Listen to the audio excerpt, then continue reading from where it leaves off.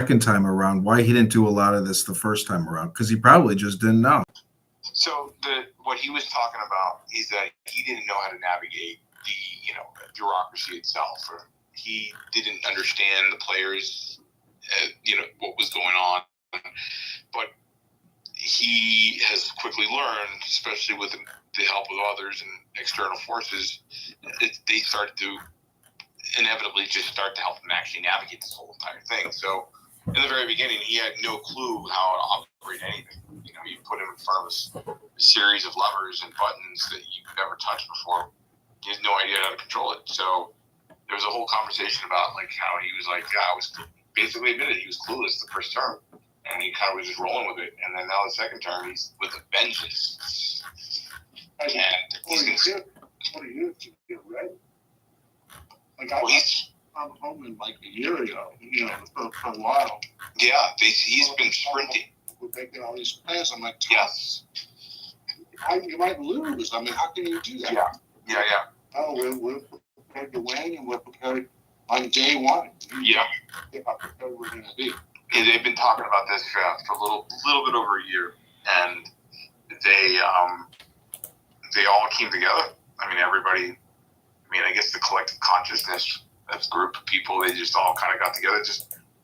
I find it amazing that I've been glued to this thing, and I'm watching all the dots kind of connect and between the podcasting individual. The podcasters were the ones that got him elected, in my opinion. They got him to a point where people saw, the media. They're the new media, right? And how much helped him? But really, just by buying Twitter. Yeah, Musk itself. And what was it? It was a gamble. It wasn't who was the one that was the catalyst for calling his bluff? Apparently, somebody was connecting the dots to that, saying somebody challenged him to buy Twitter, and he took that challenge and he bought it, and then I think that's when he overbought, apparently. And they called him out, and then he lost a lot for his fortunes or something. And then it led to this cascade of events. And then people are blasting that individual for it. Yeah, it'll be pregnant once he made the mistake of buying it, the financial, economic mistake. Listen, there's a lot of infiltration, within these agencies. Department of Homeland Security, Border Patrol, the narco terrorists have employees working there. I know a guy at DHS. He told me he spends his time investigating coworkers because the infiltration is that bad. Well, that makes sense. You want people on the inside, Well, that's what happened. He dismantled Twitter. He brought it down from 100% down to 20% of the staff. And he kept. I heard that interview with Joe Rogan. He's like, or no, with Tucker. He's like, you find 80% of people. He goes, yeah, it turns out you really don't need those 80% of people to run Twitter. Yeah. It was a leftist machine. Yeah, that's what he said. If you're not running a leftist political organization, you don't need that 80% of those people. The wildest theme that I've noticed, if you guys follow Republican data, okay, there's a guy on X as well. He's another person that's been putting all the data together, kind of making data models and all that, kind of all make it look nice and everything. And he's been all putting together, connecting the dots. If what really stood out to me was the hardcore initiative towards DEI, not just nationally but internationally, is just rampant. I didn't realize I should have, but DEI, this DEI push is a real thing. It's a huge deal. What is it, transgender opera fucking performance for $47,000 in fucking Colombia, and some other re-education program, and what was it, was it Turkey or something? Some fucking weird ass place. This is in Serbia. Serbia, yeah. And I'm like, what the fuck? And I'm like, this girl pointed out online, It's because of Russia. Everything we do at the State Department level is targeted towards Russia. And if we can promote LGBTQ DEI in any country that has any kind of alignment with Russia, we do it because we're fucking ridiculous and retarded. Dude, it's so wild. This then my conspiracy hat goes on. I'm like, well, maybe fucking Alex Jones is right with all this shit. They really want to turn us gay and make us fucking weird. Like, maybe it's not to like, appreciate others and appreciate other fucking cultures and other genders. Like, but maybe it's like really reaffirming our own fucking sexuality. Like, I'm like, well, maybe I'll go down that rabbit hole. I don't want to go down that rabbit hole, but it's just the effeminization of our culture to destroy our our will to succeed, not our morality, but our morale. It's demoralizing. That's what it's all about. All it was doing was just enabling autists to believe that they're actually fucking trans. That's all it was. I mean, either take the red pill or the blue pill. They either become a fucking Nazi sympathizer or a fucking trans activist. That's exactly what's happening. It's an unfortunate thing. That's what the initiative is. Instead of allowing these kids to, clean our foods up, not fucking degenerize their fucking our brains, and then like. What I don't understand is Trump said he's going to use the new U.S. sovereign wealth fund to buy TikTok. I don't understand. What is this shit? I don't think he really understands. You can't separate out geo-traffic from TikTok. It's an app. It's a unified network. I don't think Trump really understands what he's talking about. This is the thing. There's a disconnect with amongst boomers too. This is the thing I noticed. It's like they, in their own head, they can't understand how to segment like the analog world and the digital world and like all the intricacies of the digital world. They're not wrong. It's just communication. It's not I think you're overthinking it. But the fact of the matter is, like, you can't strip out TikTok US assets. The asset is global TikTok. It's not just US geo traffic. And what it is just beyond me what they're thinking. I don't know. But again, this is the media putting out fake news probably. So I'm reading into the fake news. I don't know. There's too many influencers. Too much. You look at fucking influencers like that Jewish chick that you told me about one time, who is Laura Loomer. Not Laura Loomer, some other Jewish chick who's always doing videos in her apartment dancing or whatever the fuck she's doing. Oh, I can't stand that liberal chick. Yeah. She's hot, but who gives a fuck? Like, that's the problem, is these dumb people are just hypnotists and they're hypnotizing themselves and they're just putting out, the whole thing was for Kamala. They organized thousands of influencers to create pro-Kamala content, and these pro-Kamalists put out the lamest messaging ever because there was no message. What, murder your baby and become gay?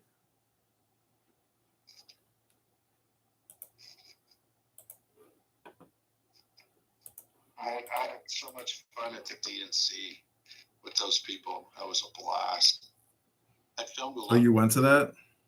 Oh yeah, I wasn't in the wasn't in the United Center, but I was just right outside and then in the park there, where they had all the protests and all that. It was, and I would interview. I didn't wear anything to give me away, and so I was interviewing like transgender people, activists, and talking about, I was trolling them. It was so much fun. And then the Palestinians, and by the way, they had that Natiri Kartait people, those Hasidic Jews that hate Israel were with the Palestinians, and I get in a fight with them like a legit. I think a lot of them. I think a lot of them are in disguise. I mean, just I don't know. Just a thought. I know why you hate that. Like, it just doesn't make sense. Well, I think there are a percentage of them that believe that, but I think the numbers seem, because I was watching a video, I was like, there's a lot more than usual. The Butler's in Williamsburg, there's a bunch of them, Mm-hmm. Like, I visited with them. Max and I, actually, John, we were in Crown Heights, at Chabad, 770. Then we walked all the way to Williamsburg, and we hung out with like a major rabbi guy. It's Stotmer guy, like under that David guy. And anyway, they really, I mean, they love Jews. They're Jewish, and all the Jewish, everything normal. But the one thing, they really don't support Israel at all. I think they just don't like history books. They don't like the government of Israel. They like the people of Israel. They don't want to kill. See what if you really get into their philosophy, it's not wrong, but they never get back to the material world, and the material world is politics, and it's social, and it's physical. So you can keep your head up in the clouds all you want, but truly, you're supposed to come back to the material world. You're not supposed to just live in La La Land. No, but they do live. Forgetting Israel, they do. You can't take pictures. They don't have TVs. They have a lot of old world customs, and they don't adopt to modern. Yeah, but meanwhile, they go on camera and spread their Jew hate and their anti-Zionist position. I mean, they're hypocrites. They went to Iran. Do you remember that? They were like in Iran, and they were, getting filmed, with the Ayatollah and stuff like that. Crazy. So I just went up to him. I'm like, "What's wrong with you? Come on, explain this to me. What the hell's going on?" Imagine, imagine a Neturei Kartai gets taken hostage, and they're like, "Oh, this is the greatest thing that's ever happened to me." Like the gays for Gaza, lesbians for Gaza. Imagine if they were in Gaza. It's funny. I mean, it's kind of amazing. Have you seen those videos of they're like, "I'm gay and I'm in Gaza," and then the terrorist, comes and kills them. It's so funny. They're like, "I will throw you up the building," and the gay for Gaza is saying, "Oh, they want to have a roof party for me." Oh, that's so sweet. I'll tell you, Hamas must be shitting a brick right now, because if they think that the U.S. Marines or First Cavalry is about to roll through the Gaza Strip, like they're fucked. They want to talk now. They want to talk. They just recently made a statement. They want to talk. Do you know Saddam Hussein, prior to the Iraqi invasion, was, on the phone, like he was begging and pleading for the Americans not to invade the country, to launch the strikes. And all his pleas fell on deaf ears. There was no reciprocation. There was no transmission feedback. Like he was talking into a dead telephone the whole way for many, many days, maybe even weeks prior.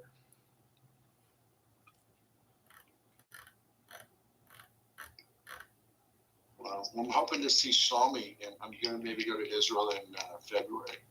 Well, what am I saying? February? In March for a breast, and I might hopefully see Shlomi while I'm there. Have you guys talked to him? Well, yeah, no. I'm not really too friendly with him. So, what happened to that guy Nate Blonde? He passed away. Yeah, he passed away, unfortunately. What did he pass away of? Heart. He had a heart replacement, but his heart wasn't strong enough, apparently. Oh no.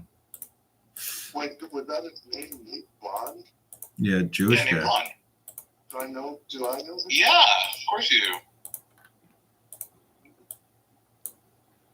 Did he go by another name or something? How was his name? Nate Blonde. Yeah, that was his name on here. I guess I sort of remember that. He kind of dropped off over the past, I don't know. It's been a year, I think, maybe, since I've ever seen him on the app. But there was like a fundraiser for him, and I gave him $10, and people were like calling me out because they knew my legal name. I was like, "You think I really, care?"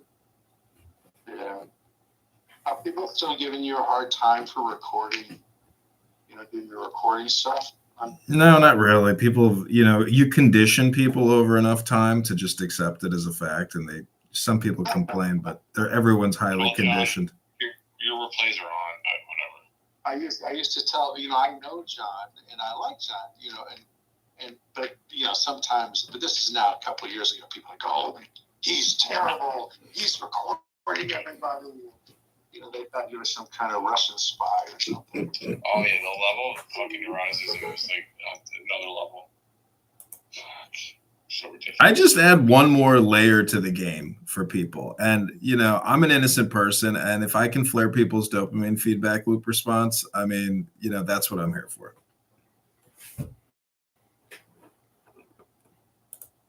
Yeah, I get a kick out of that second level stuff. Yeah, people who have bad ideas are very liberal and, shameless communist socialists. Like, they're the ones who are most fearful of being recorded because they don't want to be doxxed or outed as being, essentially traitors and anti-patriotic. I mean, they're phonies, they're frauds, they're liars, they're cheats, they're propagandists, they're hypnotists. Yeah. I haven't been on Clubhouse too much, but in the last few days I've been on a few times.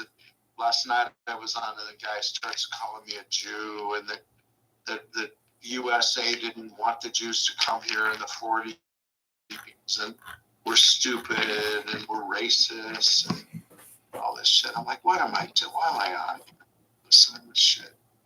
I don't even get angry. It doesn't even bother me. It's just like, God, I'm wasting my time. Well, you should use it, for your campaign to create snips, to create clips. I mean, you need content. This is a perfect platform to generate content, not of them, but maybe of your positions in contrast to their positions. But in my situation, John, I could get in trouble, I think, if I record people and then... No, just you. You're recording yourself. No, I know, but can I record other people and then without their permission and then use it? I don't know. I mean, I think it's one of those things where it's like somebody has to bring the case to court, and there's so much money involved. When you're running office, there's like Raja had a guy that all he did was he would go to my events and look for me to say something where they could get somebody else to sue me or get somebody to, they attack, they're part of the deal. They're trying to find things to make fun of you or to make you look bad. So not that I'm famous or anybody even gives a shit, but your opponent does.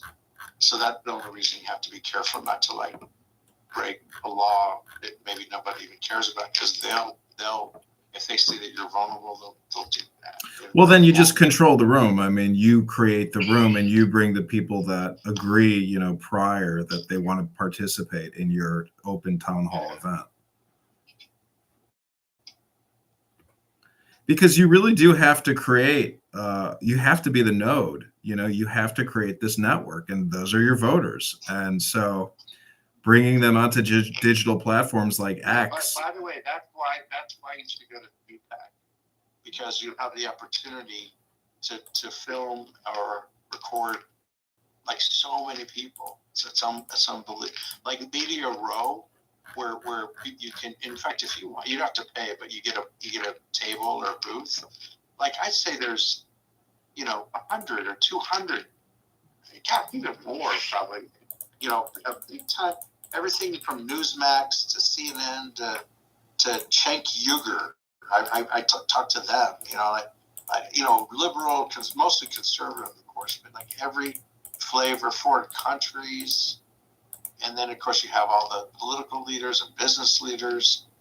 And I guess it's on the record because, it's what it's all about is all these interviews. And you probably could get some cool content out of that. Really interesting people. I mean, it's just the cost. It's just the cost, the time to go to DC and do all that. I'm just like, I don't know if I want to. If you could get in for free as a press person, so that it's just you and Max could share a room somewhere, and I frankly, I was thinking of driving, just so I'd have a car there instead of flying. Yeah, I don't know. I think about it. I mean, I'll look at hotel prices and flight. I mean, I don't know if I want to drive there. I mean, in the wintertime. Oh, that's true. When is it? Is it the end of February? Yeah. Yeah, it could be cold. That's true. I mean, see that this is the thing about going to an event versus you can create content at home of CPAC just by clipping the event live. It's like, do you really?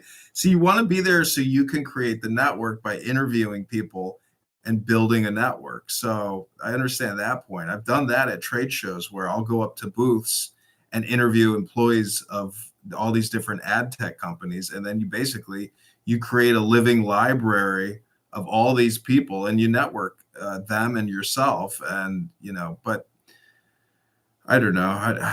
I'm just so, living in my bubble happily. Well, here, let me give you just one food for thought. So last year when I was there, I did, and you'd be invited anyway. I'd make sure you're invited, but you get invited on your own. But you have to know about it. Is they have a Shabbat.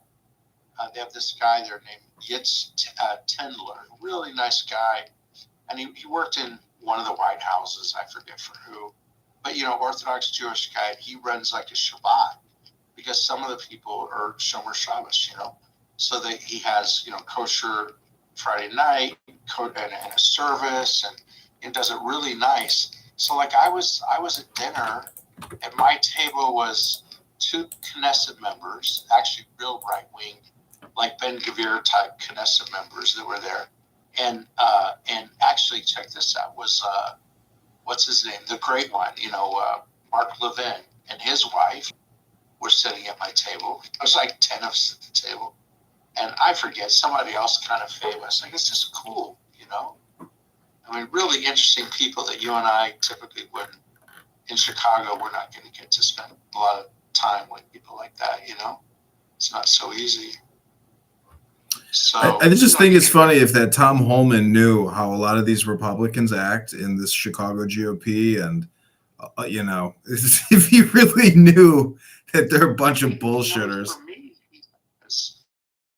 I like when you saw that interview of me and Tom, that was just me and him in the car, and I drove him from Bloomington to O'Hare, so we were in the car for like 3-4 hours, I think. And he had like a red eye, or he had a first blood out in the morning, so we were driving like at midnight. And I think I got him to O'Hare like at 4. That's so random. I was like, just fuck 2 of them. I was like, He was telling me, I mean, I me, I told him the truth. I told him what scumbags they all are and some of the shit they do. The thing is the Illinois GOP here is really not that dissimilar to like Washington, how corrupt it is there. I mean, this is not like that unique. It's maybe worse here, but it's there's this very dirty everywhere.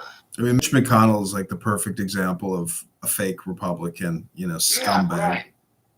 Right. A lot of them. How about what's his face? How about the guy with the bat? how has that man been elected for over 4 years? Crenshaw? No, McConnell. I don't know. It must be the district, right? I mean, it must be. I just don't understand how these people live. Even Sanders too, man. Like, it just boggles my fucking mind. Yeah, Bernie Sanders with the Kennedy confirmation hearings, I was furious. And all of them. There's God. I mean, it's. I'll tell you, reality and God really does bring justice. You look at all the money you take from Big Pharma. Isn't that crazy too? Because he is such a fucking phony fraud socialist. Yeah. 3 houses, right? Well, look, I think he's done some good in the past. Can't recite what exactly he's done, but no. He's done nothing good. He's a fucking fraud. He's a piece of shit. He gave it away to Hillary. He's a total partisan, and he just wants to enrich himself. I don't know how long that he thinks he's gonna live. He is a real piece of shit, that one. AOC went in as a bartender, so she had no net worth. And even I had to file. You have to file with the Congress your financial, report, just showing you like basically your net worth. So when she went in, she was worth zero, like literally zero. What is she worth now? $25 million? $5,000. Now 5 years later, she's worth $27 million. Yeah. Did you see that? I'm sure you've seen that picture of her, doing that thought photo of her on the counter. Yeah. Oh God. Oof. She is spicy. Did you see Alex Stein call her his big booty Latina? Yeah. Isn't that just so crazy? Like random place, random time. He's like, oh, AOC, hey. Wait, who's this? Wait, Michael, you know Alex Stein, don't you? If you don't, you gotta look him up. Alex Stein. Is he on Facebook or? He's Primetime Stein 99. He's a troll. Famous Wait, he's a what? troll, basically. Oh, Alex. Prime Time 99, Alex Stein. Like he would go to city council. He has a black wife. He's like he's a man. He says his wife. Like he is hilarious. Oh, Alex Stein. Okay, I seen him before, but I don't know him too much. So My friend Max Michael knows him, and I'm sure you, John, knows this.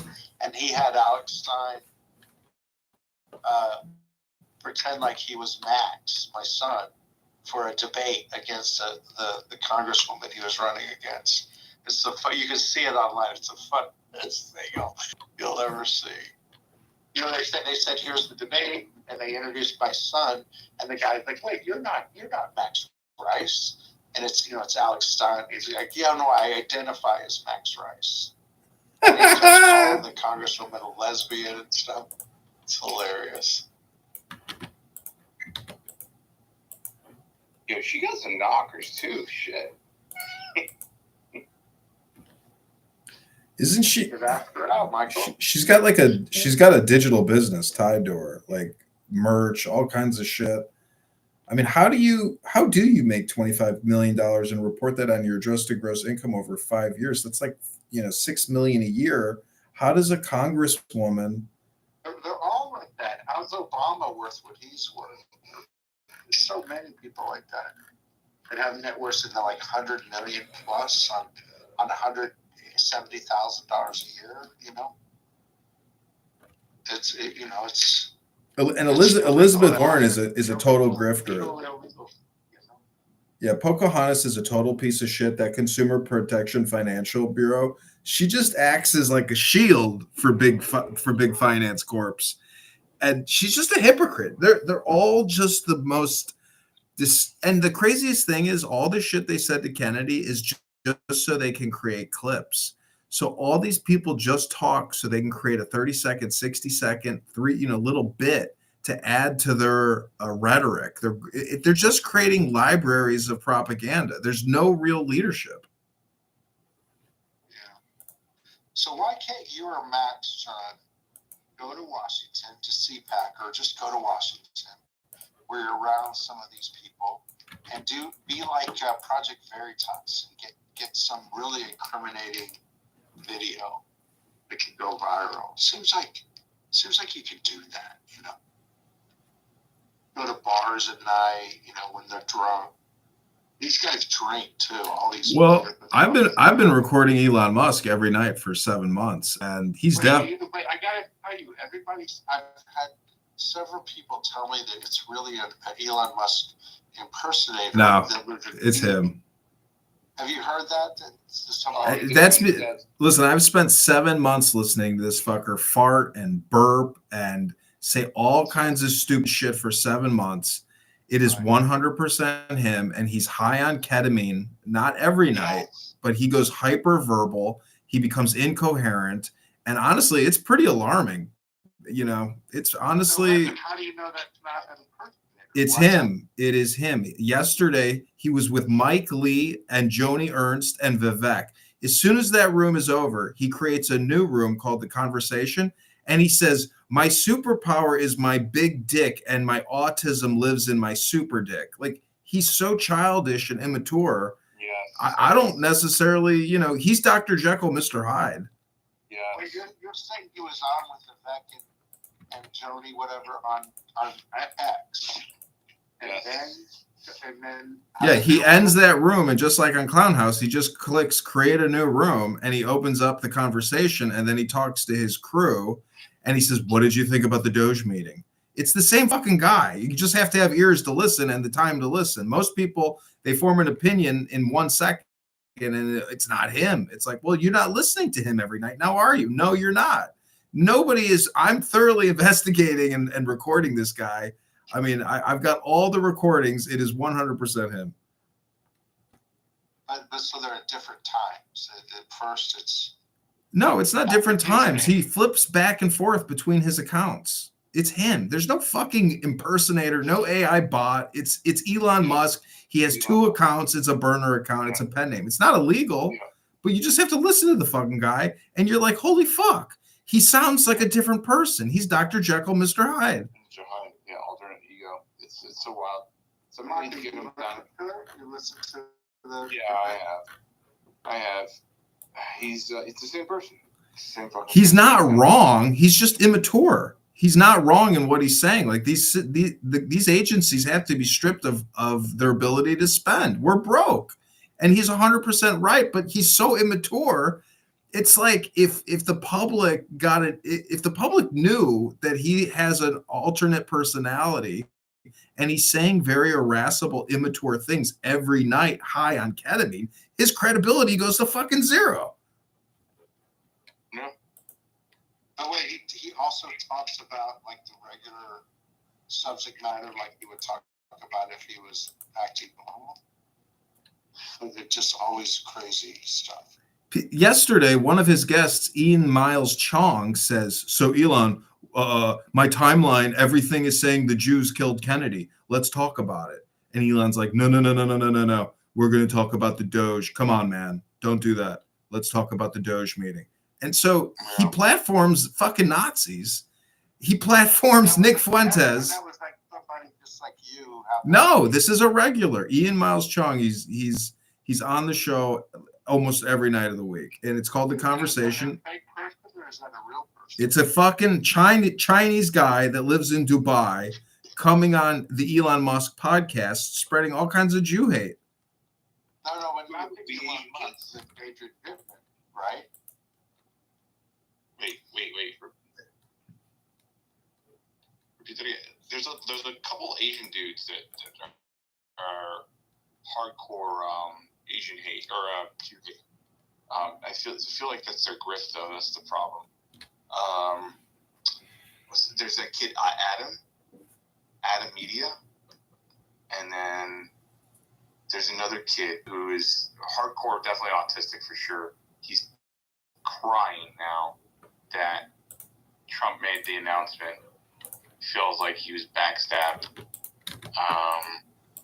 Where is this kid? I forgot his fucking name. I'm just saying that don't put too much credibility in Elon Musk because, in my opinion, it's just, I don't know how to describe it to you. You have to listen to him to really know that you're not dealing with somebody who I think is the super genius autist that we think he is. He is so two-faced. When you listen to him as Elon Musk, he is so humble, so asking the Americans for help in this mission. And then he opens up a new room and it's like a totally different person. So it's like there's no credibility there because it's not transparency. He's not being a real person. He's not authentic. He's putting on a face for the public. And then in the back end, it's like you're like, what the fuck? What, you can't believe the shit you hear him talk about and the shit he platforms. And he's very childish and he doesn't spend time with his family. He's got kids. So listen, yesterday with Joni Ernst and Mike Lee, he's got his kid playing in the background. He's fucking Daniel Day-Lewis from There Will Be Blood. He's using his child to give him credibility because honestly, I don't. Anyways, it is what it is. Wait, let me ask you something. So then after that, when he switches accounts to Adrian Pittman, does he have his kid there too?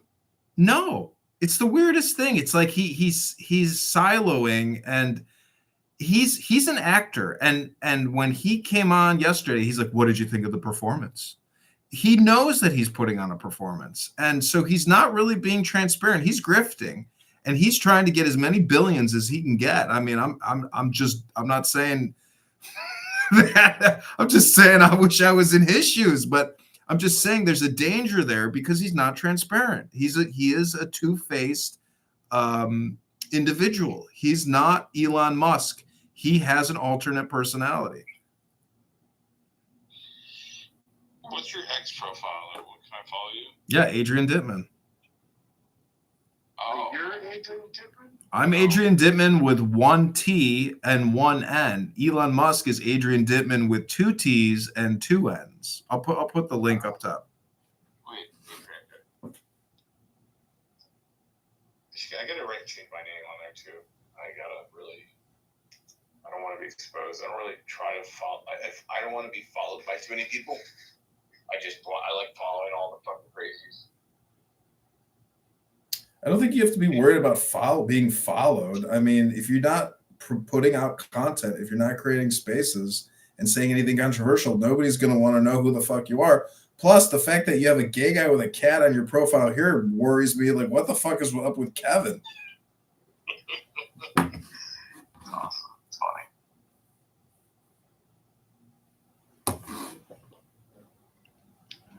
I'm just saying Elon has, as someone who you could say has some mental health issues myself, Elon Musk definitely has health issues.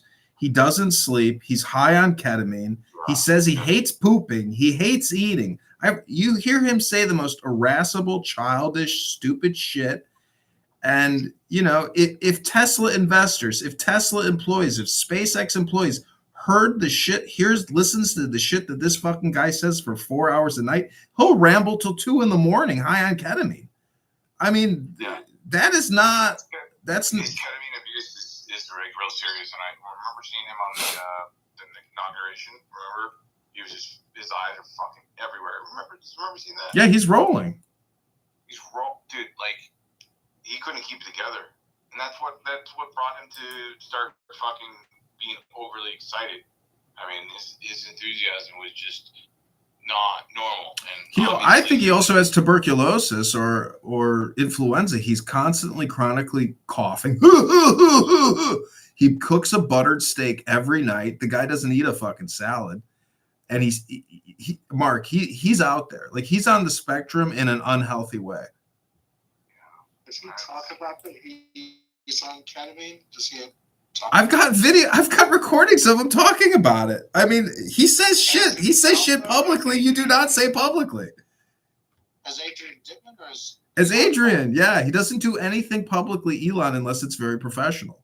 No, think about it, them smoke pot on Rogan, as himself. I'm actually more worried about his health. I mean, I'm not his enemy. I definitely support him, but I'm just actually worried about his health. A man who doesn't get 8 hours of sleep and claims you only need 2 to 4 hours of sleep is high on Adderall. He's using Adderall and ketamine. He's burning himself into the grave. But as Adrian Dittman, he talks about it. You're saying that he's on that. Yes, he talks about it. Wow.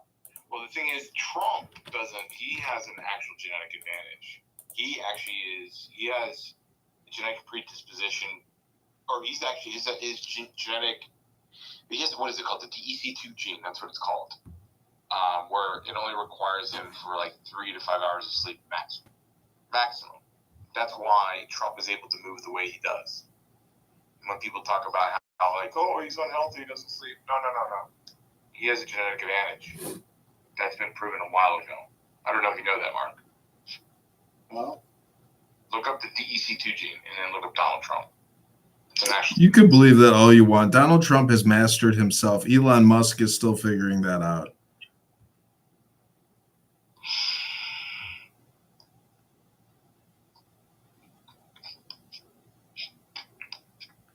It's crazy too. I mean, you would think if you have so much money, you would learn to live like a king and not burn yourself out. And your priority would be your health. Your priority would not be talking about your huge penis and how autism is your superpower contained in your penis amongst a gazillion other insane, ridiculous things. It's not just what he says. It's what other people also say and who he associates with. I mean, it's bizarre. And I don't think it's going to end well for him.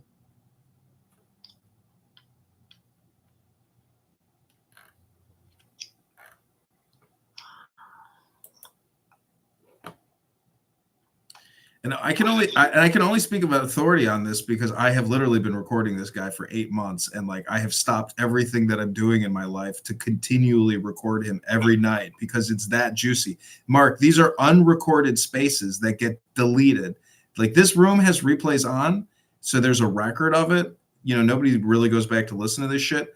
But the fact that he does unrecorded spaces and has such provocative, intense, you know, stupid conversations, like, it's so irascible and so damaging to his credibility. I cannot believe he even does it. And he knows me personally that I'm recording this, because if you just go on YouTube and type in Adrian Dittman, you will see my recordings eventually. Maybe the algorithm won't show you them at the top, but you will eventually find my shit. And I'm one of the only people recording the actual unrecorded live streams and publishing them. And he doesn't care. He's not like it's changing his behavior. It's not like he's shutting up. He gets off just like all of us do. He gets his dopamine high from having the free talk therapy, and then he calls it a night. But the shit he says is not in alignment with what he says publicly as Elon Musk. And he, in fact, he talks so differently that when he goes on as Elon, he is actually obfuscating his real authentic voice. He's talking down. He's changing his voice pattern and how he communicates as Elon to make himself seem like a dweeb or a nerd. And then he goes on as Adrian, and it's a totally different person.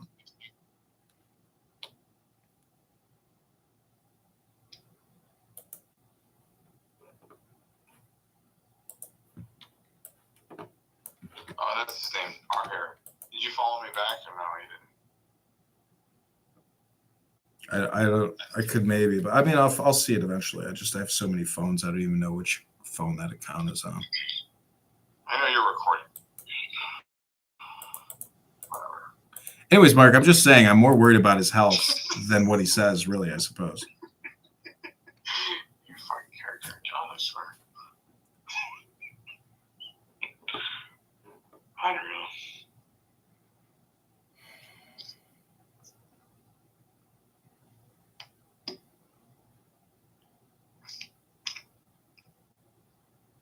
Hold on. This is the kid, Arthur Quan Lee. This autistic Asian kid is this like extremely anti-Semitic. Oh my god, this kid's wild to me. You know, I mean, Mark, I don't know. You know, Elon Musk is a German. Donald Trump is a German. I don't know if there's something in the German psychology about, I guess, running lean or being stingy, or I don't know how to describe German psychology if there is such a thing. But I mean, I don't know. I just hope things end up well. But I am concerned when you hear Adrian Dittman. It just seems like he's not really.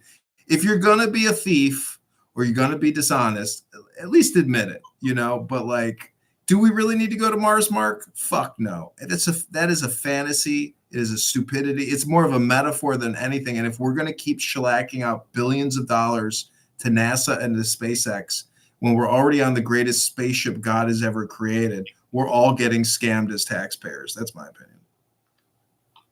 And look what I just posted, though. There's and I've heard this from people, and it's they're tricking people. And it's not that dumb guy. It's not. It's 100% him. There's no. Why couldn't it be like some an impersonator like Howard Stern? It's not. He doesn't even try to hide it. He just he does. When I say he uses a different voice, I mean it's the same voice, but it's not the kind Elon Musk, the humble Elon Musk. He becomes a verbose, vulgar, hyper speaking, Dr. Jekyll, Mr. Hyde ketamine user. Like, Mark, until you spend a couple days listening to him, you won't believe it until you actually really get into a room and listen to him. There's so many headlines and fake news saying it's not him, it is him. You just got to go listen to him and determine for yourself. And believe me, he talks about everything that Elon Musk does. It's him. I'm reading the article.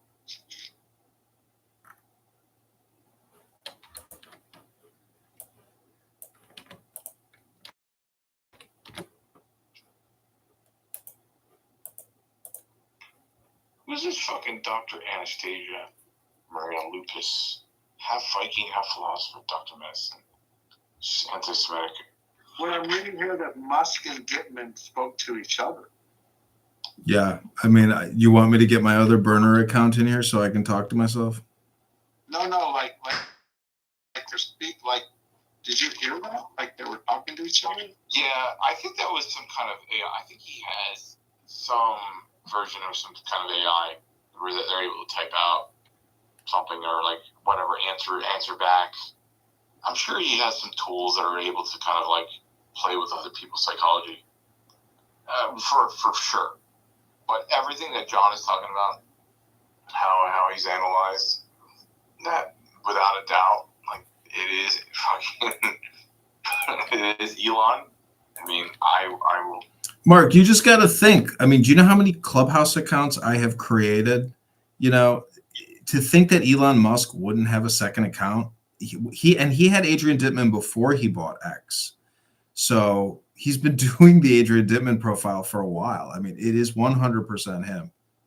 I mean, just go to the profile right now, Adrian Dittman, and you can see what he posts. Like, it's what Elon Musk would be posting.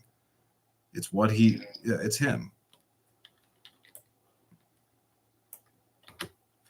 First of all, the media doesn't want to give him any attention, and they don't want to blow up his burner account because it just gives him more of an audience. Why would the New York Times and Bloomberg and CNN and MSNBC come out saying, guess what, everybody? Elon has a second account that you can go listen to every night of the week so you don't listen to MSNBC? No, he's on there every night, 7 to midnight, 7 to 2 in the morning. He views it as being his communication, and he had Nick Fuentes on there 2 days ago. That was the biggest room in a long time. It had 40,000 people live in there listening to Nick Fuentes say that a lot of his best friends are Jewish. They're running their own PR damage control sessions.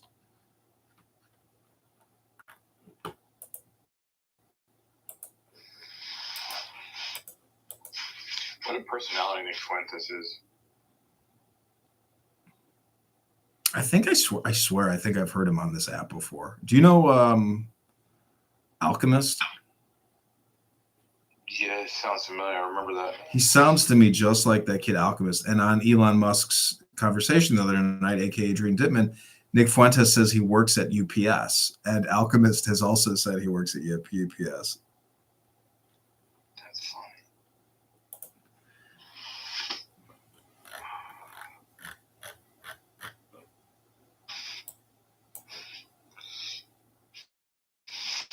You know what scares me is that what's her name, is Victoria, or what is her fucking name? Gonzalez? Who, Redhead Victoria, the abortionist? No, that Colombian bitch that's like a hardcore right winger. And she like in every video she has like a gun and she talks about killing people and just what the fuck is her name? She's insane. She's on what platform?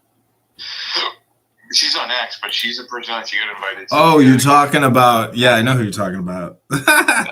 She got removed from X. They just brought her, Valentina. Valentina, yeah. Yeah, she's pretty spicy. Fuck. She's really far out there. She's really whack. Yeah, like she's not wrong, but she's just the kind of person where you're like, you hang out with her and then you're like, oh wow, you're like on a different level. Like you're really not that normal. Like you're really, really kind of crazy. Can you imagine dating her? Her accent is also kind of annoying. Yeah, it is. I mean, maybe. I mean, I would actually. I mean, she's hot, no doubt. But like, I don't know. The way she goes about saying her shit is so cringe sometimes, and so far out there where you're like, you could tell that English isn't her first language. Otherwise, she wouldn't phrase certain things that she says and puts out.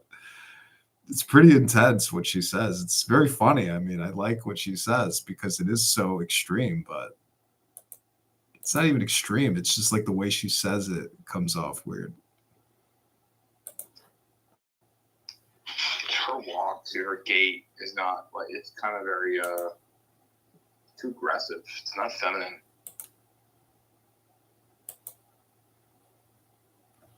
Wasn't she running for state's attorney in Missouri? Colorado. No, Missouri. She lost.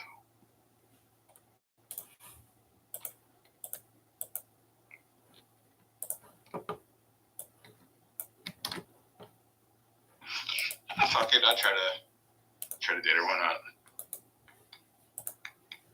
Good luck. I don't think so. She thinks you're gay. You're gay. You faggot. We need to get these faggot rhinos out of our party. That is why I am supporting Donald Trump, because he's not a faggot.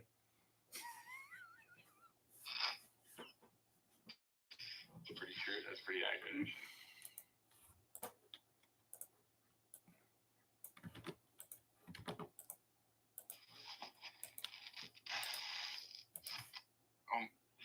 They need, dude, how funny would that be if they actually were able to drop some kind of paper to deport Omar? Oh my god, that fucking is there. I bet you that Valentina goes to CPAC.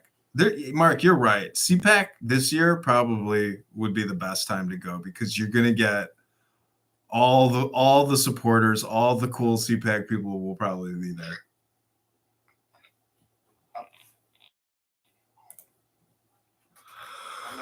I was talking to the guy. I forgot his name, his real name, but the guy that everybody thought was JFK Jr. That guy all the rallies. You know what I'm talking about? Who? There's a guy that people think is I guess it's like a QAnon thing. They think he's JFK Jr. No, I haven't seen Jr. didn't die. Come back. You know that guy? No. No. There's like really interesting, weird people that you'll see. Or I was talking to Max on the phone, and I run into this. I run into this guy, and he starts kind of trying to make out with me. It was like a gay guy, and he was acting really weird. And it was, and I put Max on the phone with him, and he goes, Max started calling him gay and stuff. It was that guy. Remember the congressman from Illinois, Aaron Schott. Yeah. Remember? Yeah. Aaron Schott was hanging out with me at like 2 a.m. What happened to that fuck? He like decorated his office or something, and he like spending too much money on his office. And he resigned over that? Well, they were gonna arrest him. It was a big scandal, I remember at the time. So ridiculous. That was a weird one. But when you talk to people like him, that some of these people, like, they know where the bodies are buried. They're in Congress. Oh, that guy in the wheelchair. I talked to him for a while. The young kid that was a congressman, and then they turned against him. He kind of outed them all for being sexual perverts. That guy. What was Cawthorn or something? What was that kid's name? Madison, yeah. Here,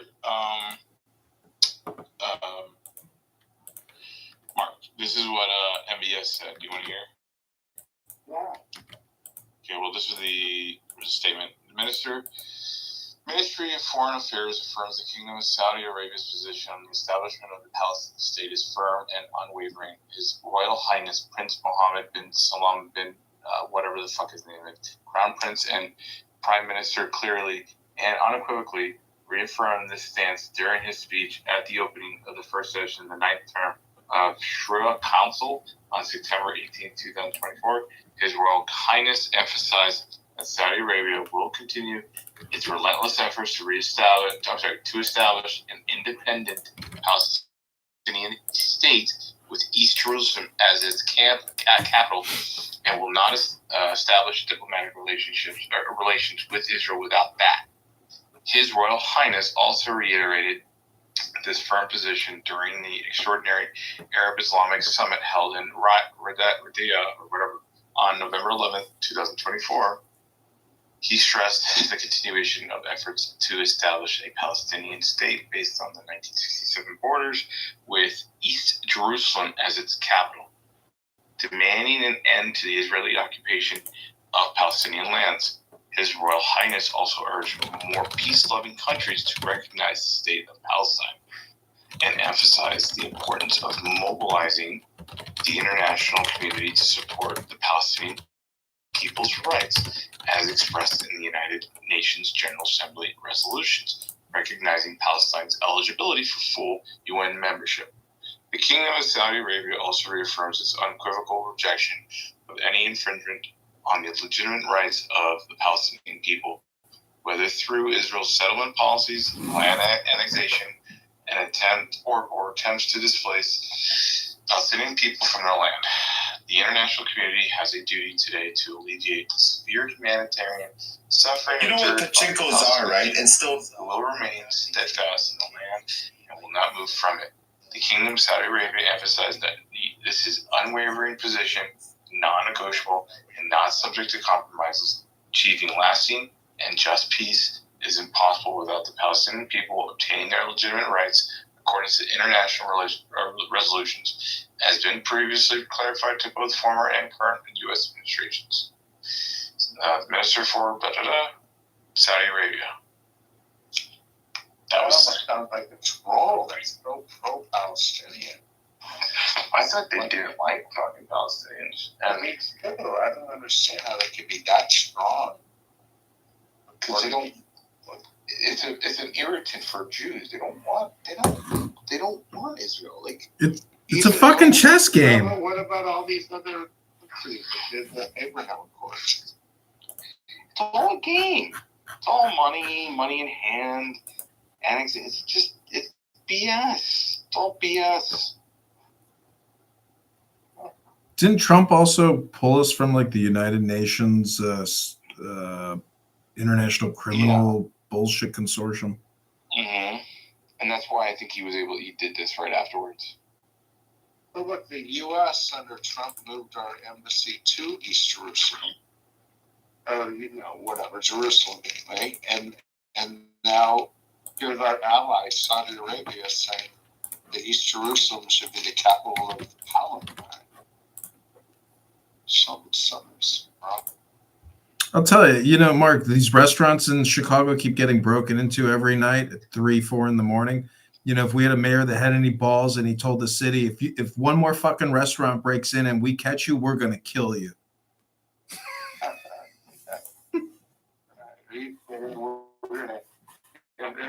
We're not even going to charge them with a crime because it's our fault if we press them that they need therapy and they need money because they're victims.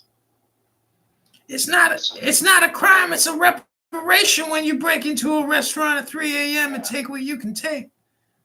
We hungry. Yeah.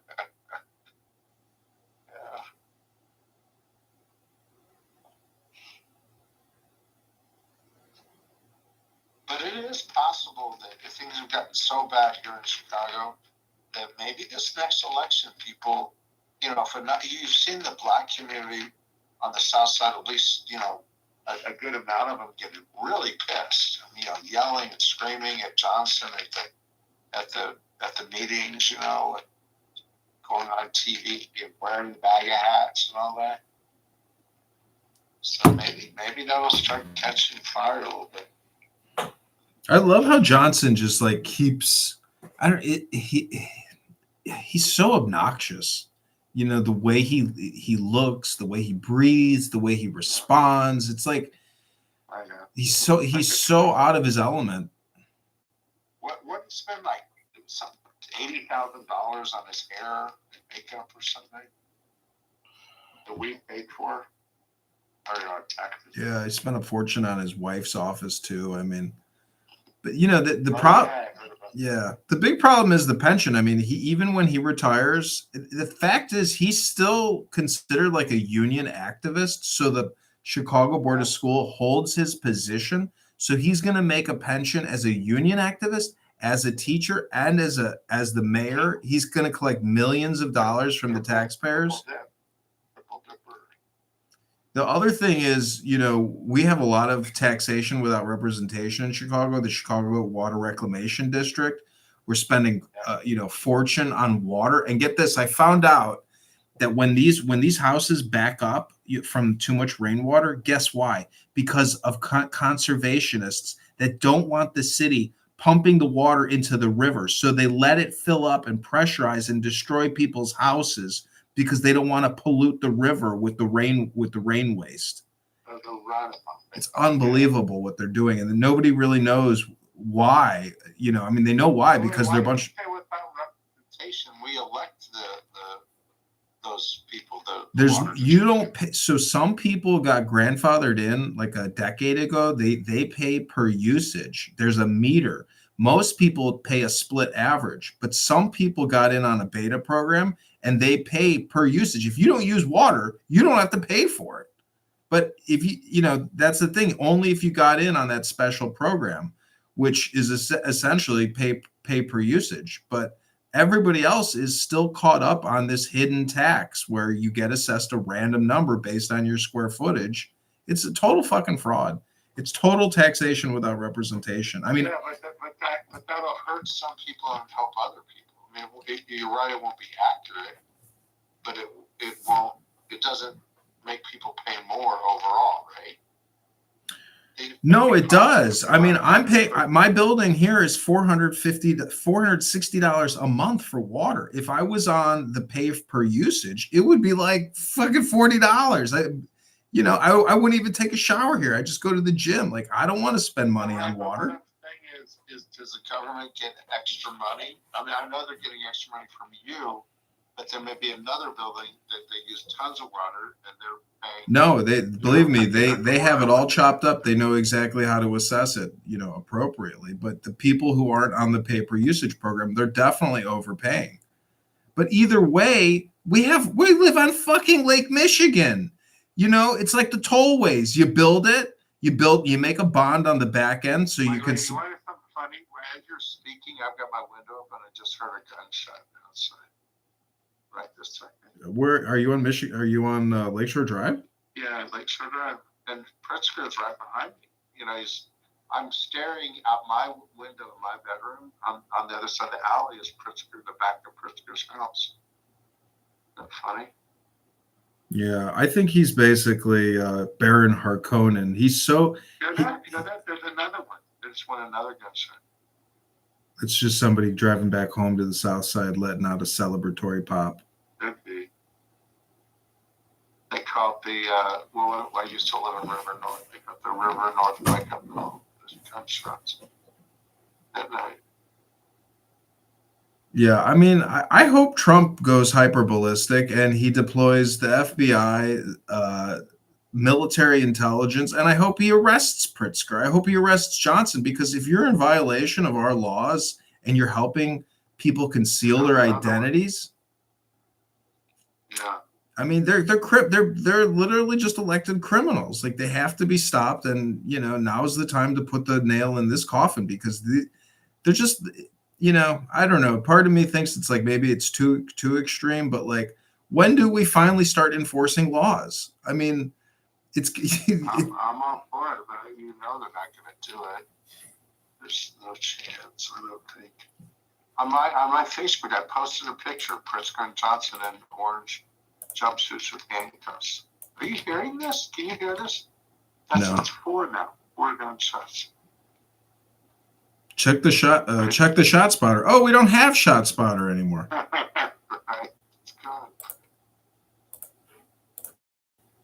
They just minted 250 new police officers, and they reminded them, make sure you remember why you're here.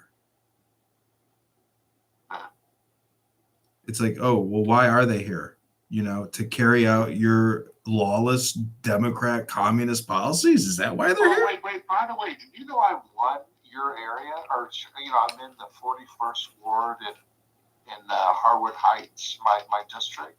And me and Trump won. that we won.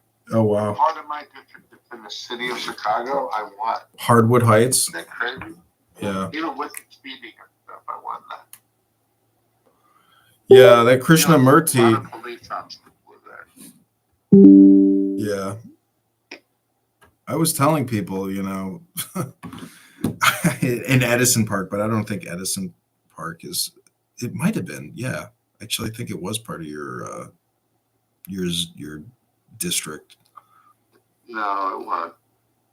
Because I saw Krishnamurti ads being run at a bar in Edison Park. Oh, yeah. He spent $8 million. But Wow. he was running ads probably in Peoria, Holy shit. He was spending tons of money. And so the ads were going everywhere. So he's on. He has the money to burn. He didn't care. So he sits on the Chinese Oversight Watch Committee. He doesn't sit on it. He's the head. He's the head of it. Not the head. He's the co-head. It's a joint committee. There's a Democrat and Republican. They'll lead it. Him and the Republican. So I mean, what kind of does he own Does he own a house in another major city? Does he have a house internationally? What kind of car does he drive? Like, what's his net worth? Like, what is his whole? Does he have? He has $20 million in his campaign account, and that's like 15 million more than anybody. Literally, like in Illinois. So he has the most by like a lot. And he was number 2 in all of Congress. So out of 435 people, he's number 2. Maybe he's number 1 right now in terms of the amount of money. And he doesn't really do much anything else. So I'm very suspicious, and I've talked about this on the campaign, that money comes from China. Because that committee has done not know what they did. The one thing they did is TikTok. But like, for instance, I go to Goshen. Do you know about Goshen? Manteno, big Chinese battery plant, and the government of China owns it, and so this Goshen, which is a Chinese-owned company, is making batteries, and the state of Illinois is giving them like $500 million TIF money, and so there's a big effort, especially by Republicans, but really just in general, people don't want China to own all this and to destroy this town of Manteno. So this whole movement, no Goshen. And so I'm a big part, not a big part, but I'm a part of that. They know me there. I go there. Raja is basically for it. Like, he's basically for China and owning America and competing, and he's done nothing. And the only thing that they did do is the TikTok thing, which is probably nothing. At the end of the day, it's just a bunch of talk, but I don't think not much is changing. And who cares anyway? That's our biggest problem that we have with China is TikTok. Almost like maybe they did the whole TikTok thing just to sort of, I don't know what you call it, to distract people from the real problems. Like. So how do they make donations? Like how do they make How do they make campaign donations then to Krishna Raja? I mean, is it independent? It has to be PAC money, and they call it dark money through PACs. You give money to some U.S. entity, that entity donates to a PAC. The PAC donates to Raja, or donates to different politicians. You and I can't find out who the PAC's contributors are, and they call that dark money. But it's technically against the law if it was a direct foreign investment in a PAC. So it'd be like indirect. Have you seen any C-SPAN videos of his committee conducting any kind of? Yeah, I've listened. I've met Raja, and I took it to him. He lies. He just totally lies. I mean, not my opinion. I'm like, hey, Raja, you voted on a bill to allow illegal aliens to vote in the District of Columbia. And he did, it's like in writing, you can't take that. And he said, no, you have that wrong. I did not do that. He just totally lies about stuff. I made a video on that. I showed me calling him out, him saying that I'm not telling the truth, that he didn't vote that way. And then it cuts to a shot of the congressional record, the vote. They have it from the U.S. Congress, and he voted for it, and he just lied. But these guys, they all lie like that. They get away with it for the most part.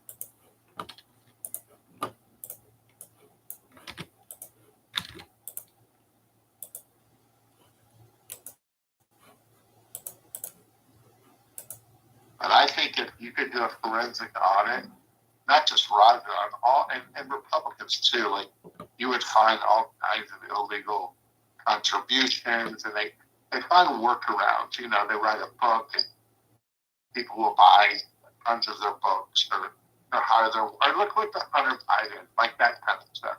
They'll set up LLCs, and they'll hire a family member to do consulting, or to sit on the board or something. The whole state of Illinois is filled with that. That's how they pay these people. And they give them patronage jobs, they give them actual jobs where they don't have to do anything and they get a nice salary. There's so much of that.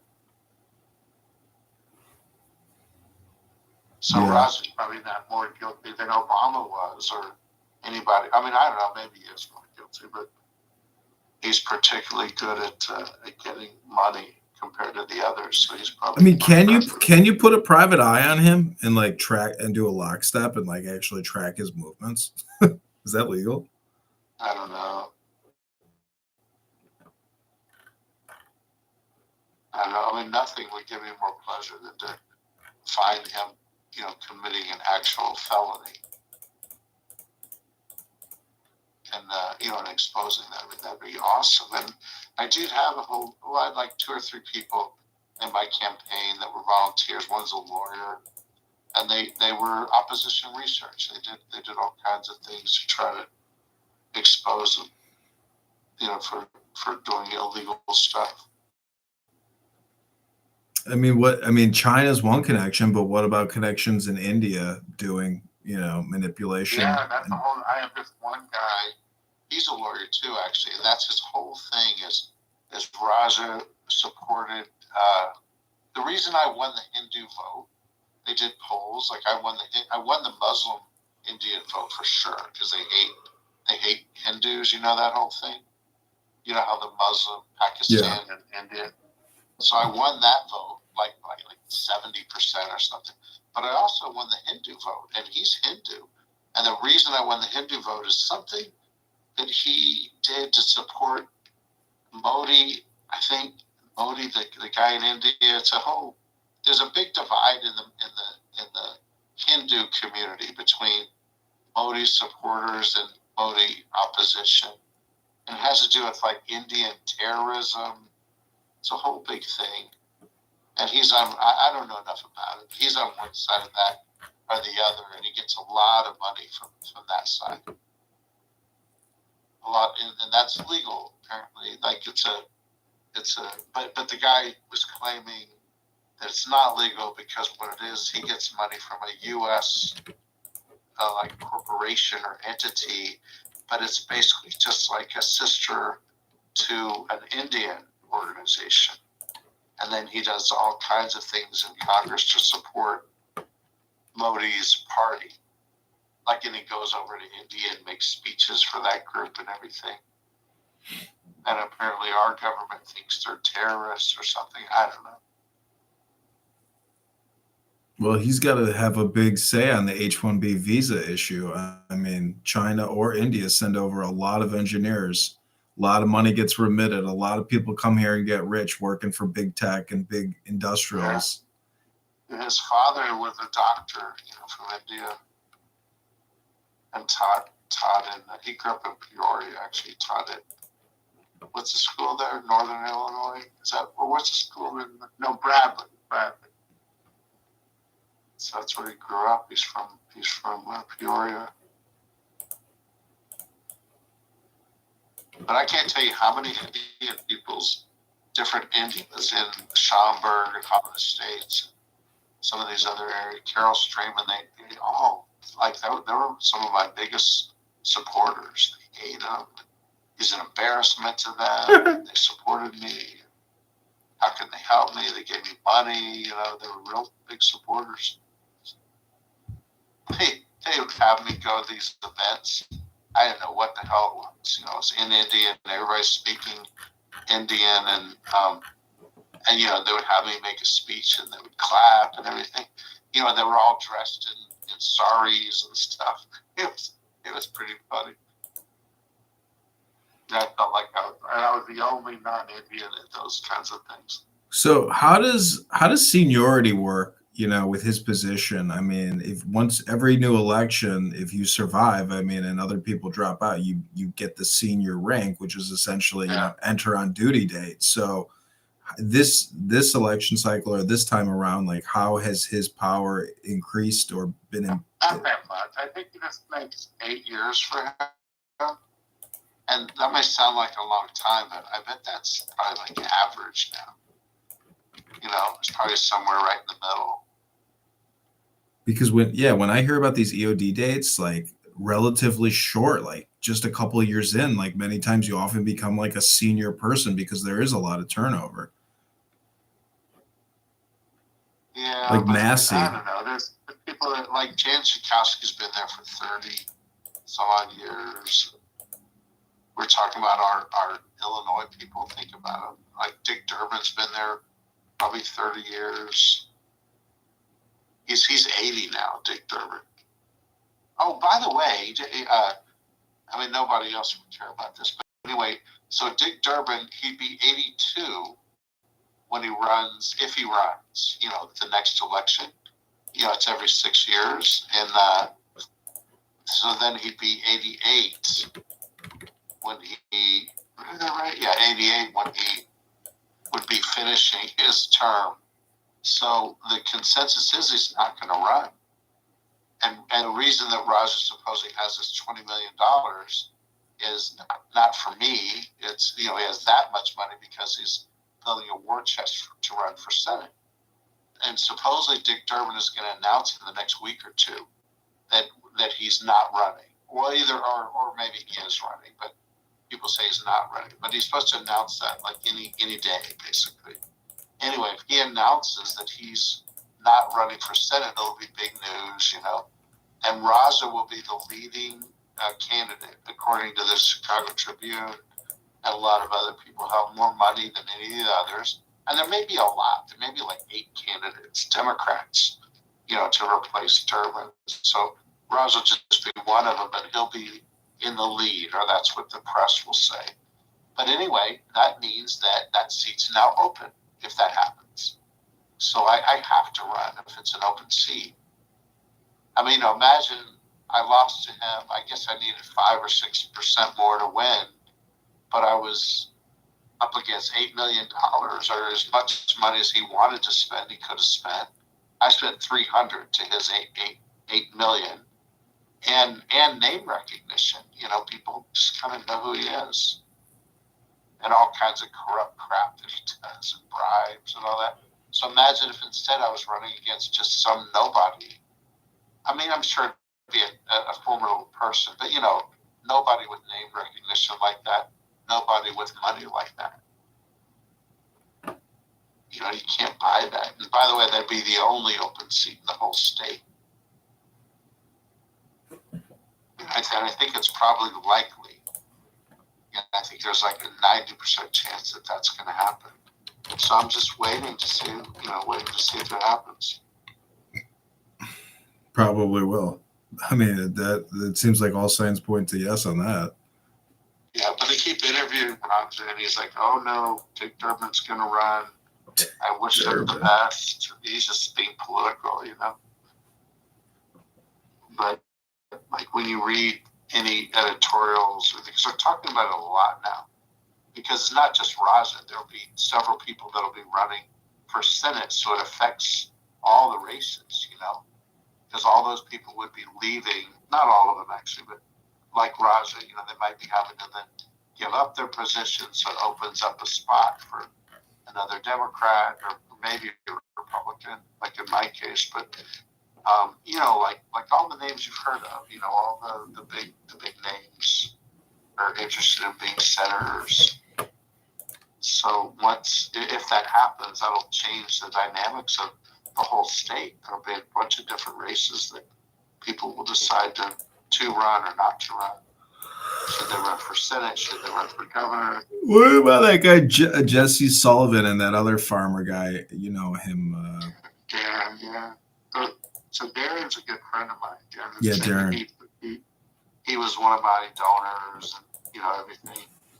And Jesse Sullivan is way into Jesus now. Like really, everything. I talked to him the other day, and I talked to Darren all the time. But anyway, neither one of them, for their different reasons, it looks like neither one of them is going to run for anything this next election. Darren lost to Bost for U.S. Congress in the primary, and Trump came out and supported Bost instead of Darren, even though Trump had endorsed Darren when he ran for governor. Then 2 years later, he endorsed Darren's opponent. And Darren lost, and Darren didn't lose by much. It was a really close race. So Darren's kind of pissed off. I don't think he's going to run. And then Jesse's like so into Jesus. It's like he just, he's a Jesus guy now. That's, he's all about. Nothing wrong with that. They built credibility. They built profiles to run. It seems like a waste not to make another stab at it. Again, he lost governor. Remember they announced Pritzker had beaten him like within 30 seconds when voting closed. It wasn't such a close race. But it did win the primary. By the way, that primary was like $100 million were spent. Remember Irvin spent like $40 million. Sullivan spent like 10, 20 million or something. Darren spent a bunch of money. Gary Rayby. Remember, there was a bunch of people. It's like 6 or 7 candidates. And he beat them actually handily. And he was outspent by a lot, too. So that made you think he's strong. But all that is in a primary, you get the guy who's the most conservative, that's who wins. Because all the pro-life people and downstate people vote. The hardcore Republicans are the ones that turn out. So Darren was way more conservative than Irvin. And he won, with even spending a lot less money. What about Bob? What about? Do you remember Pritzker gave Bailey like 10 million or 5 million? Remember that? Yeah. Did you know that? Yeah. He donated to his opponent because he wanted to run again. Oh my gosh.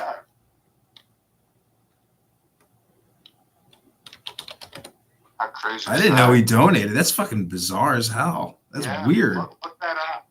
It's not. They didn't hide it. Like it's legal. I think Ken Griffin was like Ken Bailey's big backer too, right? Yeah. Wait, was Bailey was the black. I've been confused. I think did he back Irving maybe? Irving, I meant, yeah. Yeah, Irving, yeah. And you line back to Bailey and Trump back Bailey. He's a really nice guy. I actually like him, and his wife, just great people. What about Bob Fioretti? Poor Bobby. I know Bob really well. We were together so much. First of all, he's a Democrat. He's not even a Republican. He really is. And he had no chance to win the state's attorney, like zero. It hadn't been Republican in 50 years or something, or maybe more. And, talking about winning. When was the last time a Republican won Cook County for anything? I don't even know. Can't even think of who that would have been. And anyway, that's what it was running for. Cook County state's attorney. So the real scandal is, why did the Illinois GOP support Fioretti? and they didn't support me. I mean, they might have pretended like they did, but they didn't. You know, like they wouldn't support conservative candidates, but they did support like 2 or 3 people, like Fioretti, this girl Mary, whatever her name is, I forget, the Lake County girl that ran for state's attorney, and they supported one congressional candidate, Jim Karras, who Max hates. He's actually not a bad guy, but anyway, what do all 3 of those people have in common? They're all pro-choice, they're all anti-gun, and they're all like rabid anti-Trumpers. And they all had no chance to win, like zero, like Fioretti. I think he got 30% of the vote or something. If he's lucky, you know, it's like a joke. And they spent resources on those 3 people. That's a scandal. I mean, it should be a scandal. You know, it's like a complete misapplication of resources. Well, You know, to support candidates and chance to win at the expense of not supporting candidates that might have a chance to win. well, I gotta tell you, your son Max is the linchpin. He, you know, has networked out and captured, and you know, he is, to me, he's like, I mean, he's amazing because even that Illinois record and what he has done with that, you know, in a short amount of time, and the chaos that he has caused, and even getting me, you know, to run for the nothing position of committee person caused a lot of change in that Chicago GOP clique. So, Yeah. you know, Max knows who the enemy is. He is mapping them out, and you know, as a journalist or as an investigator, Does he effectively make the change, though? You know. you know, change is it's a little bit psychological. I mean, he is molding, you know, I mean, you can't really say decisively what he is changing, but he is I mean, you know, it's communication. I mean, if he doesn't do it, well, then where are you then? You know, no one gets doxxed. No one gets labeled as a rhino. We got to know who they are, and you know, he's calling them out for the hypocrites and the charlatans that they are. Like Porter called Max the Rhino Hunter. That's his new name. But all he's doing, he's really pissing people off. That's for sure. He's really hurting my campaign, or was hurting my campaign a little bit. You know. That was a real thing. I'm just not so sure that it's affecting change. You know, is it getting these people to quit? Is it getting people to vote these people out? You know, I'm not sure. It is a network, though. I mean, he is essentially, you know, throwing shit into the network, but the network is part of the problem. I mean, because the Chicago GOP doesn't even support Trump. I mean, it's insane. It's like, who are these people? You guys are just fucking Democrats. Like, you're not really Republicans. They are. Yeah. Anyways, it is what it is. But I'm just saying, Max. They'll defend themselves. They will. You have to understand that Chicago Republicans aren't the Republicans as you think of it. They're more, you know, moderate Republicans. They call themselves. You know, and they're saying there's room in the party for Republicans that hate Trump and that hate guns and that love abortion, I guess, you know. And I don't really agree with that myself, but I mean, that's the way it is. That's the way it's been anyway for decades. Yeah, I mean, my dad doesn't live in Crook County anymore, and I'm sure he doesn't miss it because it really is. Yeah. These judges, I mean, just the whole political industrial complex is so vast, so much in pensions. Like do you know we're borrowing 80 cents on every dollar we pay out each month in pensions in the city? 80% every month. So do you know, because of that, apparently there's some legal. I actually have a friend. Do you know Jeff Berkowitz? Do you know who that is? No. You do? No, I don't know. He's an older guy. He's been doing a TV talk show he interviewed me, but he's interviewed Obama, Clinton, and whatever. He's been around a long time. Anyway, he does a political talk show, and anyway, you know what? I'm not supposed to say some certain things. I probably shouldn't. But anyway, here's what I want to tell you: is the pension liability is so bad that basically we're bankrupt. If we were a business, we'd already be in bankruptcy. So it's so bad that there could be some legal liability by the governor of the state for putting us into like bankruptcy, essentially. And so then what you get is lawsuits, not just against the state for the money that's owed, but also for the leadership for putting us into that situation, or perhaps not disclosing things, things like that. So Pritzker could have legal liability in this whole mess. And so the idea that the Republicans have, some Republicans that I know anyway have, is to broadcast that and to expose how bad the debt is, how bad the pension liability is, and to talk about the exposure not just that the state has in potentially, being Detroit filing bankruptcy, but that Pritzker may have personally. And the only reason for doing that is to try to get Pritzker then to not want to run for governor again. Because no matter what, Pritzker has billions of his own dollars to spend to help the Democrat Party and help himself to regain the governorship. And so maybe just that could cause him to not run, which will eliminate hundreds of millions of dollars in Democrat money. That may be something we could work on, actually. I like that. I don't know if that's... I don't know how he'll... Even if that's true, he doesn't give a shit. That's like $1 million, couple million in attorney fees. No, But that would be the Republicans took over and charged him with a crime essentially, and he's just kicking the can down the road. I mean, I'm just saying with all his money. No, but this is the federal. This is more like not exactly lawfare, but this would be like ambitious.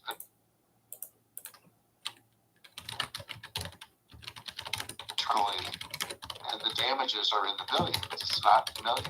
So maybe he would just not want. And by the way, even if he won the lawsuit and didn't owe the money, it would hurt his chances, you would think, for being president.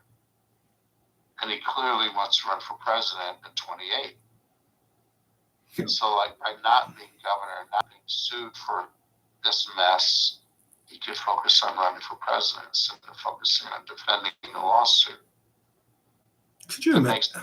It makes him look the optics of that are bad, It's hard to believe that he, has the energy to even want to run for president. I mean, he's so obese. I don't even know where the hell he gets the chutzpah, the energy to think he can become the president of the United States. I mean, it's a demanding position. You'd think you'd have some physical fitness, to match. What's he gonna do? Where's he go from here? He's already a governor. What's the next step? Doesn't he have like 2 LGBTQ kids to raise? I mean, he's got a lot of, family. I mean, one of not his nephew is friends with Max. Will Pritzker.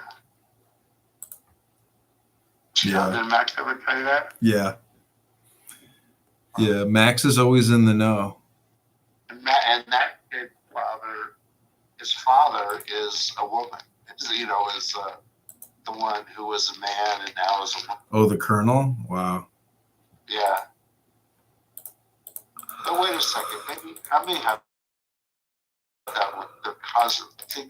I don't think that's JB's. That's not JB's brother. I think it's his first cousin.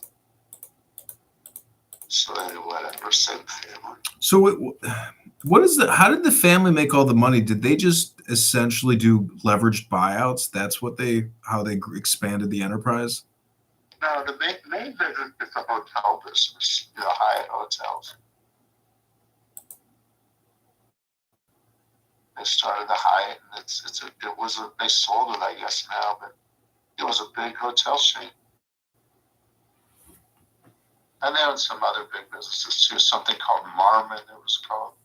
They sold that too. But I bet the biggest moneymaker was the Hyatt hotels. Oh, and they owned a cruise line too. They owned like one, I think Royal Caribbean, maybe something. One of the bigger cruise lines they owned. Did you see United Center is doing like a $10 billion development project surrounding United Center? And oh, yeah. I hope I know all about it. Mike Redstrom's a friend of mine. And that's, they always told me that like the real estate of the United Center, they own that. It's not like the cities. That's a bigger money maker for them than the actual sports teams. just the concessions and yeah. No, the real estate play there. Yeah, they're like you're talking about. They're going to build all kinds of stuff, supposedly. It's so I'll crazy. believe it when I see it. It's so crazy. They're going to build all this shit, and the property taxes that they're going to generate the city are massive. And Sterling Bay, I just read in the West Loop, they are scaling back plans for office space and going full, residential because there's no businesses to rent anything. I mean, so. But these new home buyers, do they have any idea what they're buying? They're buying a massive property tax liability for themselves that will never stop increasing and only amp. It's hard to imagine why. I mean, look, if we're losing population, where's the demand coming from for all that? Office or residential, doesn't matter. I mean, if there's a net loss of people, I don't really understand it.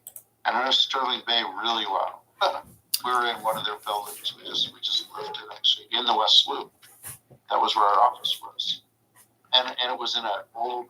We had the whole property, and now they have plans. I don't know if they'll really do it, but they're supposed to build like a 30, 40-story building, knock it down, and build a big condo tower above it, or on the land that we're in. Yeah, and then even Google did the Thompson building downtown. They're redeveloping that piece of shit structure, which they should have just torn down. For my customer. Didn't they buy that out? Yeah, they own it. No, I mean, didn't the former governor own that building? There's a guy. He wasn't a governor, but yeah, there was a guy that bought it from the state. It was a state of Illinois building. And then it was sold to somebody, a smart person, because he got it at a real distressed price.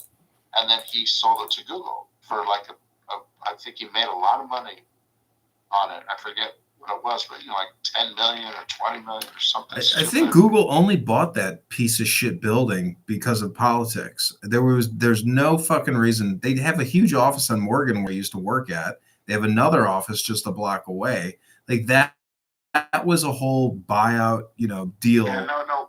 My office was until just a month ago, was in Sterling Bay's building, one block, on Carpenter and Kinsey, just a block from the Google building. We were literally one block away from that building. So I mean, I know, but think about it. It's full, like it's totally full. So I think they just needed a bigger space, I guess. I love all this return to work talk with Elon Musk, and federal employees having to. Do you know how many federal employees are about to retire? I mean, I wonder how many are going to retire. What's the estimate? Well, at the IRS, I think they say it's like 80% of all employees are eligible for retirement. So there's so many gray-haired seniors. Wait, retirement? You're not talking about the pension. Not the pension, I mean the severance deal.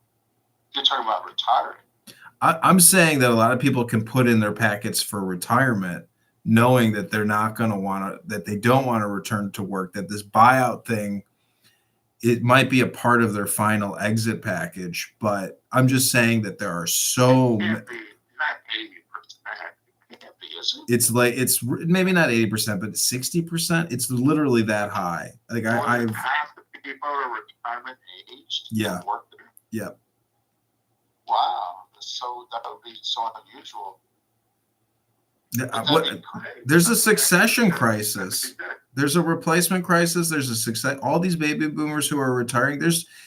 I guess maybe they don't need to be backfilled because they don't really do anything. But it's just a jobs program, really. At the end of the day, I mean, all these Listen, if agencies. they're going to do half of what they say they're going to do, we should short Washington real estate. Like, I bet there's a couple REITs that have most of their assets in D.C. Wouldn't you think if they're going to get rid of, a quarter of the government, half the people? I wouldn't short these REITs. Do you know how bankrupt these fucking pieces of shit are? I mean, they're totally based. So many of these REITs, they're like sitting at 52-week lows. They earn nothing. I don't even know like how the hell they can't turn a profit on some of their real estate. It's like it all goes to administrative expenses and taxes. Like they cannot turn profits. Well, if their occupancy is 50% or something, No, total occupancy. There's one REIT that I've been trading and owning for a long time. It's called Clipper Real Estate, CLPR. It's trading back at like a multi-year low, and every quarter they just they borrow to pay out their dividend. But they're like 15%. yeah, it's a very high yield, and they own incredible real estate in Brooklyn, like a legacy type of housing, like community type of thing. It's really pretty amazing, but they can't fucking make a profit. But yet they still pay this yield. It's like, well, how long can you go? I thought REITs had to pay out. It was a percentage of the That's what they say, but that's not true. They don't turn a profit, so they're literally borrowing to pay out the dividend yield because it's negative EPS quarter after quarter for fucking 5, 6, 7, 20 years, forever. It's such a scam. Well, one of the biggest problems of real estate altogether, but I guess REITs have the same problem, is to the extent they have leverage. Almost anybody, like 99% of people that have debt on real estate, if their debt is up for refinance or it's turned out or whatever, they're going to be paying much higher interest rates than they were, 1 year ago, 3 years ago, 10 years ago. Rates have gone up so much. So that's a killer. So you have to look at I'm sure a big part of analyzing is figuring out what their mortgages are, how long, what their terms are. And so many of them are short term. So I'm sure, even when rates were like 1% to 2%, you could save a whole percent or something by doing a 3-year arm instead of a 30-year, which now looks like it's such a stupid move, but if rates would stayed low, it was a smart move. Did they come out with like a 60-year mortgage? Yeah. Or what was it? A no money down 45-year mortgage? I can't remember what it was, but I was trying to get one of those on a home 2 years ago. But anyways, Was the rate low? Like 3%? no, the rate had gone back up, but they had offered some kind of a 45-year mortgage, I think it was. I can't remember what the new product was. Anyways, it doesn't matter. I'm just saying that to short Washington REIT, I mean, it sounds to me like that's especially the way that Trump is moving. I mean, you're going to see a lot of markets pop. Think about it. They're going to lose 10% of their population or 20% of their population due to early retirement and severance and just, they're going to get rid of USAID. They're going to get rid of the Department of Education. And, those are such high-paying jobs. And now all of a sudden those people are going to be out of work. Yeah, I saw downtown. If Trump really does what he says he's going to do, that's going to happen. Yeah, downtown Chicago at the Dirksen building, I think 100 EPA employees are about to get axed. Oh, really? Bye-bye, EPA. Who's that? Is that Christy Nolan? What do you mean? The head of the EPA? Yeah. I don't know. It was in the Sun-Times today. But that one got confirmed already. I'm just trying to remember which one it was. No, I don't think that was her. That was, I think maybe Lee Zeldin, maybe. He's a Jewish guy. You know who that is? Mm-mm. He was a congressman.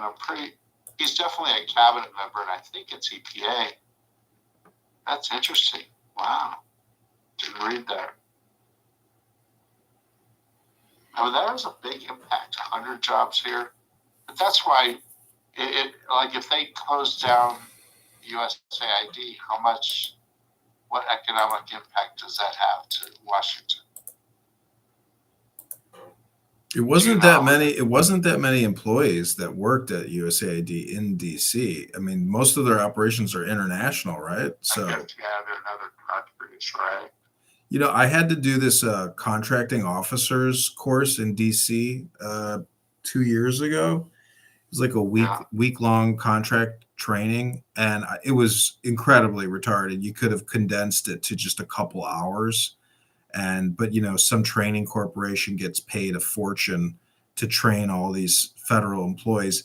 And so, guess who is taking the training with us? Palestinians working for USAID. So, yeah, it was like a bunch of international people learning how to draft contracts, how to manage contracts on behalf of NGOs. And there were so many forward-speaking people in this class. I was like, wow. I was like, the grift is real. I mean, these people are working for NGOs and they're here to get certified so they can fleece our government to send it overseas. I'm like, great. And that's just one class. You're talking about years and years of allowing people to enter into our contract marketplace for, competing for dollars or whatever. Yeah, no, I may be naive because we were talking about how Musk might be a little nutty, but seems like they're really making all the moves to really change that shit, expose it, close it down. That'd be great if they actually do that. Well, I was kind of surprised, but the biggest agency really is Treasury because of the IRS. So much money goes to IRS for enforcement and compliance, and it is the biggest jobs program you've ever seen. I mean, it employs so many people around this country, 750 they're shakedown offices. These are incubator offices. I'm being audited right now. I think it's 2 years worth. Yeah. But I mean, really, they need to shut them all down. And if anything, like turn it over to the SBA and make all these IRS offices, small business administration offices, to help people start businesses. I mean, we shouldn't be shaking our citizens down. I mean, I was in an IRS office once. I saw this girl. She's like, I just drive Uber. You're ruining my life. This is fucked up. And they don't know what to do. And then you have some Karen sitting behind a desk saying, I'm sorry, sweetheart, but you have to come into compliance. I don't have the money. I got to pay for my baby food. It's like we're terrorizing our own population, and it's the income tax is a fucking joke. Anyways, the whole thing's fucked up, and I hope Trump can make us American again and stop. I mean, we're just I mean, I know we have to pay the debt, but like, at the expense of an Uber driver who's trying to, pay for her kids' food, and this single mother, it's like it's I mean, it's wild. I think Trump's plan is to replace income taxes with tariff revenue. I mean, he wanted to create something called external revenue agency, ERA, I suppose, within the IRS to go after international tax evaders.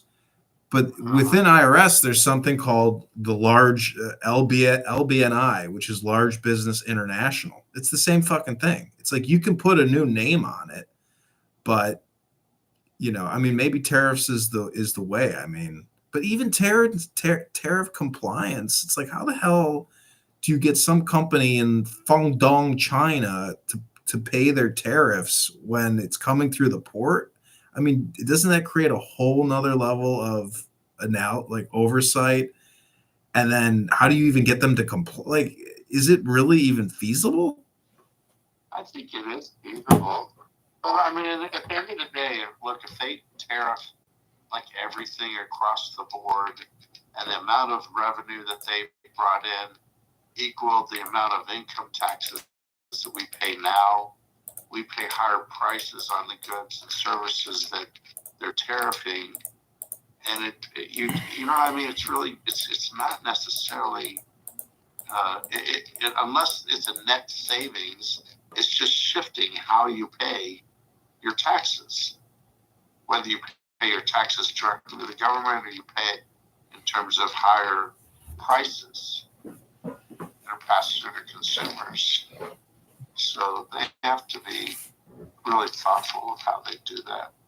Well, it's kind of annoying when people say we have this large trade imbalance with Canada or China. How about our spending imbalance? We take in $4 trillion, we spend $6 to $7 trillion a year. We are our own worst enemies. We have to cut the spending, and we. Well, so nobody, you have fed it $1 trillion that they think they can have cut.